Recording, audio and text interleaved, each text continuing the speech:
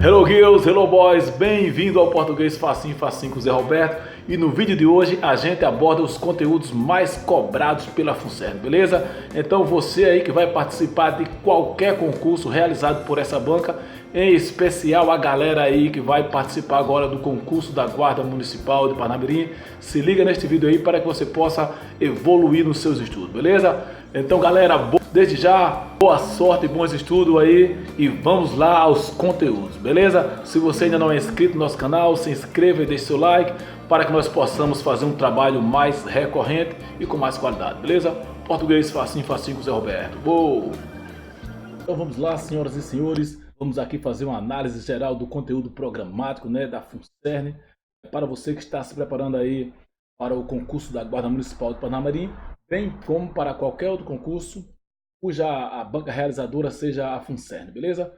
Boa sorte, bons estudos. Vamos tentar aqui abordar todo o conteúdo, focando nos principais elementos, nos principais conhecimentos que você deve ter para que você possa melhor, a partir do vídeo, ter um bom desempenho no seu estudo, beleza? Português Facinho Facinho com o Zé Roberto.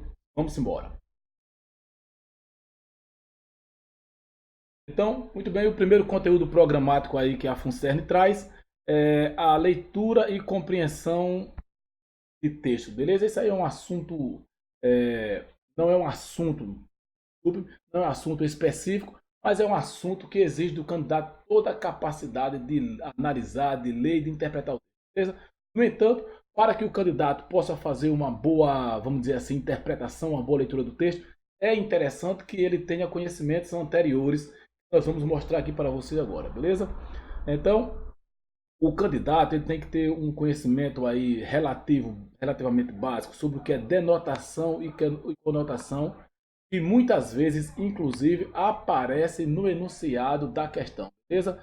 Então, o que é a denotação? A denotação nada mais é do que o uso literal das palavras, enquanto que a conotação é o uso figurativo, metafórico, né? O uso das figuras de linguagem. Então, muitas vezes, em um mesmo texto, você vai ter aí um fragmento denotativo e um fragmento conotativo, e o leitor, né, tem que ter esse entendimento de perceber quando é que a linguagem está sendo utilizada no seu sentido literal, né, ou no seu sentido conotativo, beleza?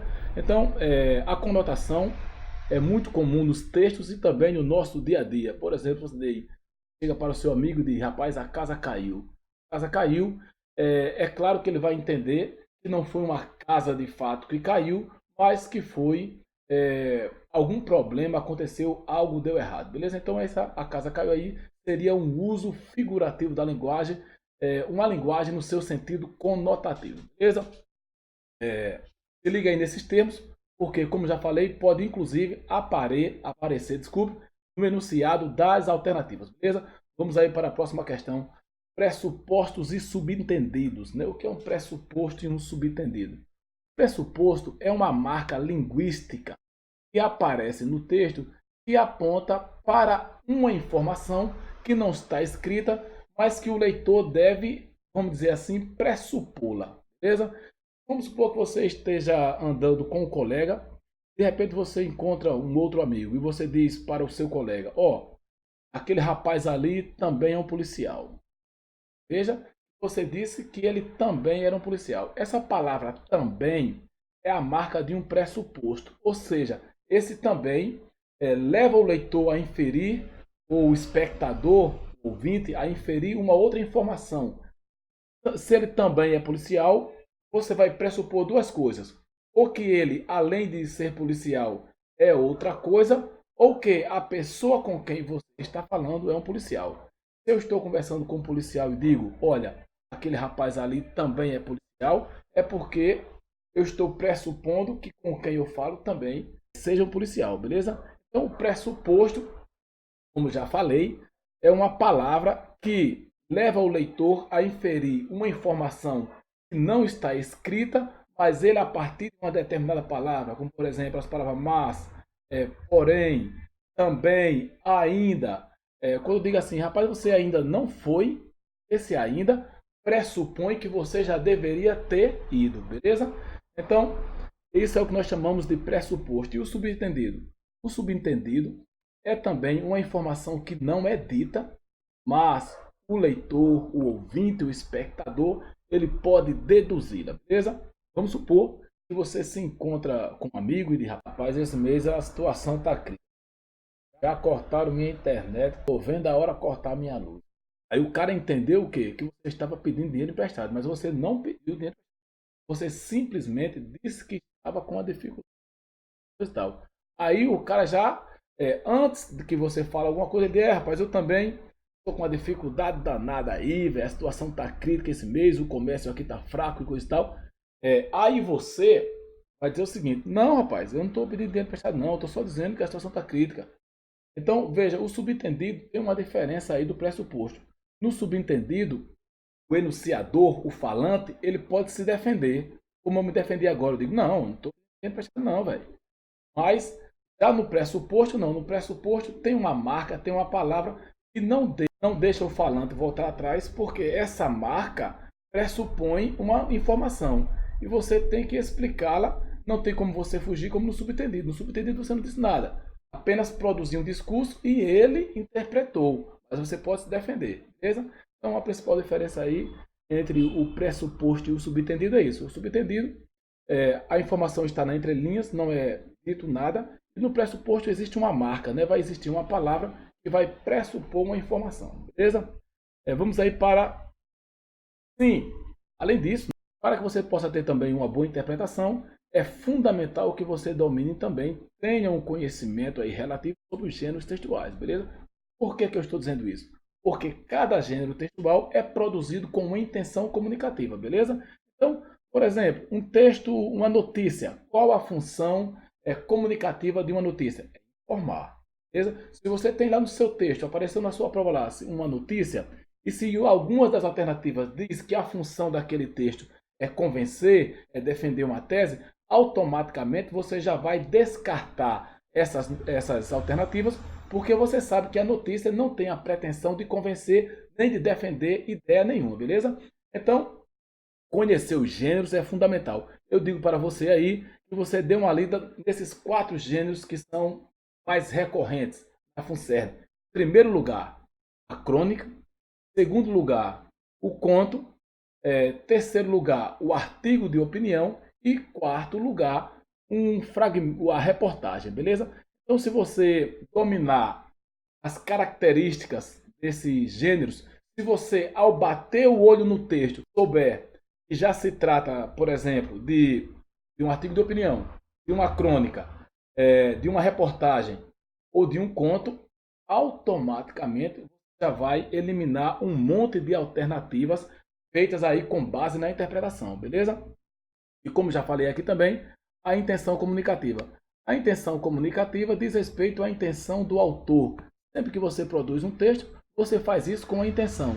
Então também, se você percebe qual é a intenção do autor ao produzir aquele texto, você automaticamente também vai eliminar um monte de alternativas. Beleza? Então se liga aí nesses conhecimentos, denotação, conotação, pressupostos, subentendidos, gêneros textuais e intenção comunicativa. Esses conhecimentos são fundamentais para que você possa eliminar com mais facilidade várias alternativas. Beleza? Vamos para o nosso próximo assunto, que o tempo é curto. Sequências textuais.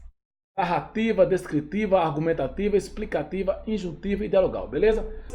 Comumente, temos 6 tipos de texto, que é chamado de tipologia textual. É a mesma coisa. Tipologia textual, tipos de texto ou sequências textuais. Beleza? São 6 aí, como vocês estão vendo. E em cada uma dessas sequências textuais, nós temos tipos de linguagem diferentes, beleza? Então você tem aí, olha, a sequência narrativa. Qual a sequência narrativa? A sequência narrativa caracteriza-se por contar uma história, beleza? E você vai ter isso aí em vários gêneros textuais, em contos, em romance, em novela, em filmes, etc. A descrição, a sequência descritiva. A sequência descritiva tem como finalidade descrever algo, né? Não necessariamente você tem que ter um texto só descritivo, um gênero descritivo. Mas a descrição ela vai ocorrer dentro de vários outros textos, de vários outros tipos de texto, como por exemplo nas narrações. Nas narrativas é recorrente a ocorrência de uma descrição. Aparece lá e você faz uma descrição, beleza? Você tem aqui a argumentativa, a sequência argumentativa, como o próprio nome diz, a sequência argumentativa busca defender um ponto de vista, busca convencer o leitor de algo. Onde é que isso vai aparecer? Sobretudo anota aí, a sequência argumentativa vai ocorrer sobretudo nos artigos de opiniões e nos textos editoriais. Então aí, olha, automaticamente você já pode eliminar algumas questões. Se você se deparar no seu texto lá com um texto dissertativo argumentativo, você sabe que algumas das alternativas vai falar isso. O texto busca defender um ponto de vista, defender uma tese, defender um ponto de vista, beleza? Então, a sequência argumentativa tem essa finalidade, convencer alguém de algo, defender uma tese, a tese do autor, beleza? Defender o ponto de vista do autor sobre o tema.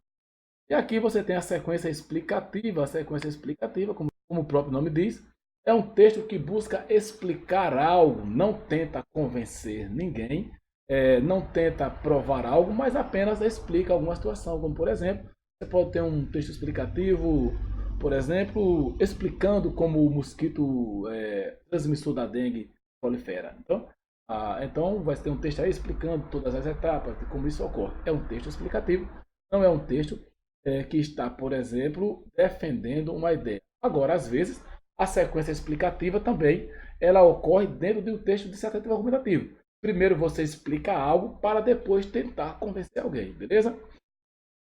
E você tem aqui a sequência injuntiva. O texto injuntivo é também chamado de texto instrucional. É um texto que tenta instruir alguém a fazer algo.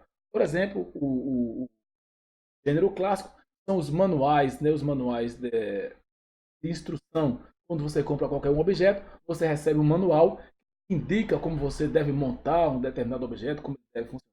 Esses gêneros são chamados de texto injuntivo ou sequência injuntiva, beleza?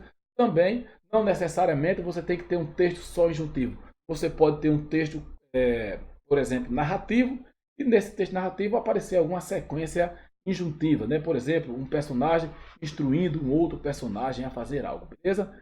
E por final aqui você tem o texto dialogal. O texto dialogal, como o próprio nome diz, né, é um texto produzido aqui, ó, por meio do diálogo, por meio da conversa. Hoje, muito comum nas redes sociais, por exemplo, né, as pessoas conversam muito por meio do WhatsApp, um diz uma coisa, outro diz outra, e ali você criou um texto dialogal. Também um dos gêneros mais conhecidos aí nessa modalidade é o teatro, né, porque a história se constrói por meio dos diálogos dos personagens, beleza?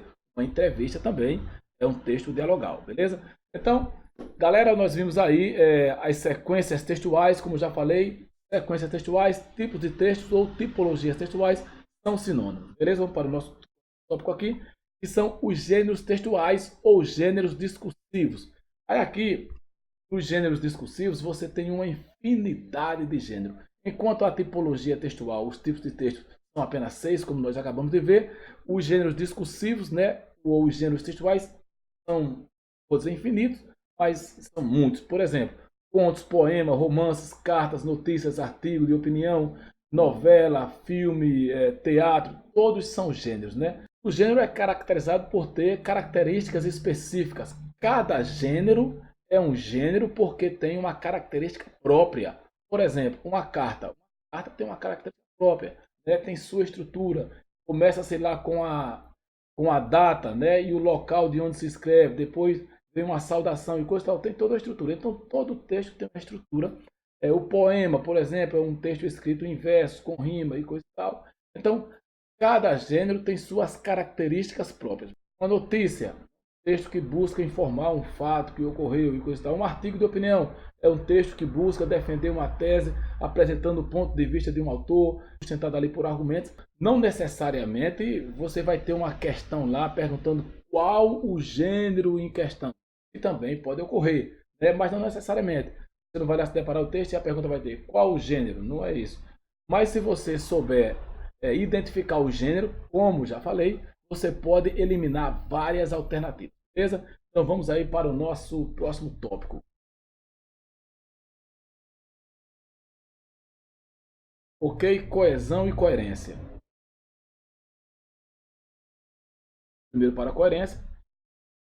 Então, é a coerência, né? Tanto a coesão como a coerência são mecanismos de produção textual. Um texto se constrói como tal exatamente por isso, porque ele produz uma informação lógica seguindo uma linha de pensamento ou agrupando ideias que se complementam para criar um todo organizado capaz de transmitir uma informação clara e objetiva, beleza? Então a coerência é exatamente esse elemento que faz com que as ideias se liguem, se conectem para transmitir a informação desejada. Então, vê aqui esse pequeno texto comigo. A televisão é um passatempo que deve ser utilizado com consciência, pois, veja, esse pois aqui é um elemento de coesão, mas esse pois já leva o leitor a entender que o que ele vai dizer agora justifica o que foi dito anteriormente. E é exatamente isso que faz com que o texto se torne coerente, porque a ideia seguinte complementa a ideia anterior, beleza? Pois, embora proporcione às famílias alguns momentos de distração, reduz-lhe o tempo que poderiam dedicar à conversa. Então, veja aí que as duas informações que vêm depois proporcionar alguns momentos de distração e reduzir o tempo da conversa entre a família, exatamente complementa o que foi dito no início. A televisão é um passatempo que deve ser utilizado com consciência. Por que com consciência? Por que deve ser utilizado? Deve ser utilizado porque proporciona alguns momentos de distração. E por que com consciência? Porque reduz o tempo que poderiam dedicar à conversa em família. Então vejam aí que o que foi dito depois complementa e dá respaldo ao que foi dito anteriormente, ok? Então isso é o que nós chamamos de coerência, um encadeamento lógico das ideias,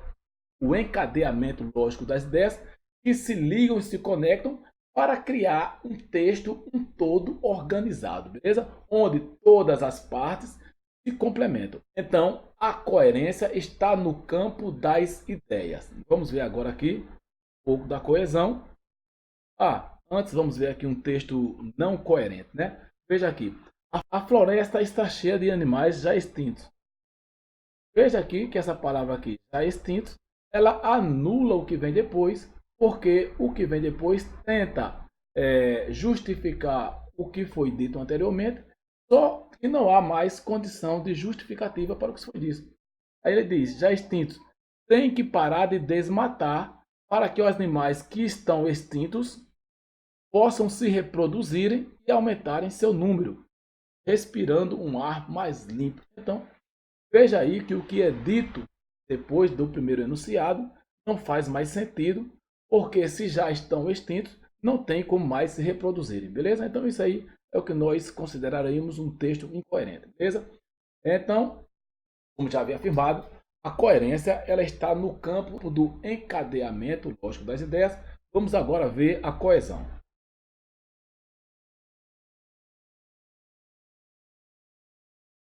A coesão ela está no campo do encadeamento das palavras, de ligar um fragmento a outro, de modo que o texto fique também conectado. A palavra texto vem de tecido, do latim. E o que é um tecido? O tecido é um todo composto por várias linhas que se intercruzam para criar um todo. Então a ideia também é essa. É também um todo composto por vários elementos linguísticos que se encadeiam, que se conectam, que se ligam para criar um todo. E quem faz o papel de ligar e conectar uma frase, uma oração, um fragmento a outro, é o elemento de coesão. Então nós temos aqui dois tipos de coesão. A coesão referencial, aqui como o próprio nome diz, é quando um elemento faz referência ao outro. E nós temos aqui a coesão sequencial, que são os elementos que ajudam a dar continuidade ao texto, né? Então vejamos aqui esse texto curtinho sobre coesão referencial. A Guarda Municipal atua na segurança pública, zelando pela manutenção do patrimônio público. Seus agentes são preparados para realizar essa missão. Então veja aqui, olha. Seus agentes, isso aqui, esses seus, é um elemento de coesão referencial, porque seus agentes retomam o quê? Agentes da Guarda Municipal. A coesão referencial ela é interessante porque ela retoma um termo para dar continuidade E ao retomar esse termo também, ela evita uma repetição, fazendo com que o texto fique mais objetivo e mais claro. Veja aqui que aqui nós temos outro elemento de coesão. Seus agentes são preparados para realizarem essa missão. Que missão? Essa missão já foi anunciada aqui anteriormente e agora está sendo retomada, zelar pela manutenção do patrimônio público. Então isso é o que nós chamamos de coesão referencial. Quando um elemento do texto retoma outro já citado, evitando que ele se repita e contribuindo para que o texto tenha continuidade. Beleza? Uma dica para vocês aqui, quando nós falamos de coesão referencial, nós devemos levar em consideração os pronomes. Os pronomes são, por natureza, elementos altamente coesivos que sempre contribuem para a coesão referencial, beleza? Aqui vamos para a coesão sequencial. O que é a coesão sequencial? A coesão sequencial se dá por meio da utilização de palavras e elementos que nós chamamos de conectivos. Esses conectivos ajudam a inserir novas ideias e complementam as ideias anteriores. Então você tem aqui os principais operadores argumentativos que ajudam o texto a ganhar sequência, que nós também que ajuda o texto a ganhar progressividade, para que o texto tenha progressão. Então você tem aqui, portanto, no entanto, além disso, sendo assim. Se você está produzindo um texto e aparece um portanto, automaticamente, que depois do portanto, virá uma conclusão para o que foi dito anteriormente. Se você está lendo o texto e aparece um além disso, você automaticamente entende que vai se inserir uma ideia que vai se somar à ideia anterior. Então, esses elementos que nós chamamos de operadores argumentativos, eles fazem exatamente isso, indicam qual a direção que o texto agora vai tomar, ganhando progressividade, beleza? Ok, senhoras e senhores, neste vídeo vamos ficar por aqui. Nos próximos vídeos abordaremos os demais conteúdos, legal? Se você ainda não é inscrito no nosso canal, se inscreva e deixe seu like para que nós possamos fazer um trabalho com mais frequência e com mais qualidade, ok? Desde já, boa sorte, bons estudos, sucesso no concurso, português facinho, facinho com o Zé Roberto. Até o próximo vídeo.